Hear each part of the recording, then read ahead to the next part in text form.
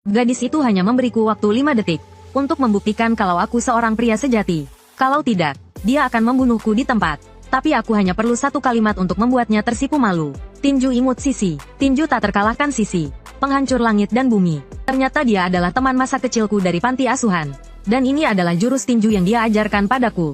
Bagaimana? Aku hebat, kan? Beberapa hari yang lalu, aku membangkitkan bakat kontrak tingkat 6S yang terkuat dalam sejarah.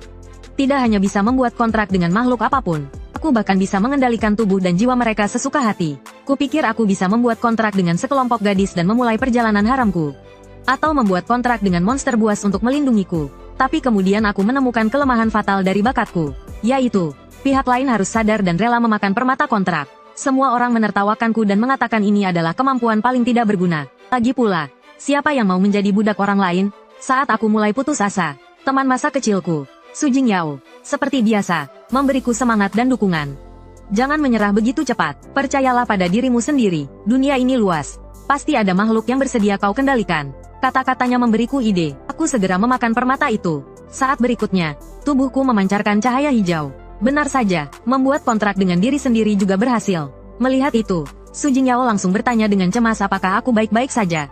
Aku menjawab bahwa aku baik-baik saja. Dia akhirnya menghela nafas lega. Jangan lakukan itu lagi, kau membuatku takut. Lalu Su Jingyao bersiap untuk kembali ke asramanya. Karena besok pagi dia harus melapor ke tim patroli. Bergabung dengan tim patroli untuk melindungi rumah selalu menjadi mimpinya.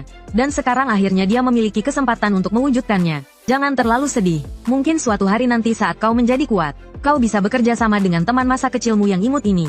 Meskipun aku juga ingin berjuang bersamanya.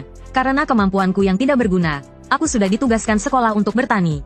Mungkin hari ini adalah pertemuan terakhir kami. Aku sangat ingin memeluknya. Detik berikutnya, tubuhku secara otomatis maju dan memeluk Su Jingyao.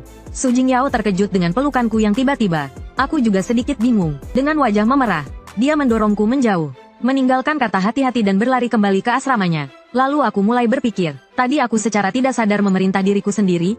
Dengan rasa penasaran, aku mulai menguji sejauh mana aku bisa mengendalikan diriku. Pertama, terbang. Lalu, gerakan andalan kakakku. Sandaran gunung besi. Setelah berlatih beberapa saat, sekarang aku bisa memastikan, aku hampir bisa membuat tubuhku melakukan gerakan apapun. Tapi dengan syarat tidak melampaui batas kemampuan manusia normal. Seperti terbang atau berubah menjadi spesies lain. Selain itu, beberapa gerakan, meskipun belum pernah kulatih sebelumnya, bisa kulakukan dengan sempurna berdasarkan ingatan. Jadi secara teori, aku bisa menguasai semua ilmu bela diri hanya dengan sekali melihat. Tapi sekarang ada satu masalah lagi yang perlu kuuji. Tak lama kemudian, hari berikutnya tiba, aku terbangun dari tidurku, dan mendapati diriku di kantin. Dan seluruh tubuhku pegal-pegal, sepertinya berhasil.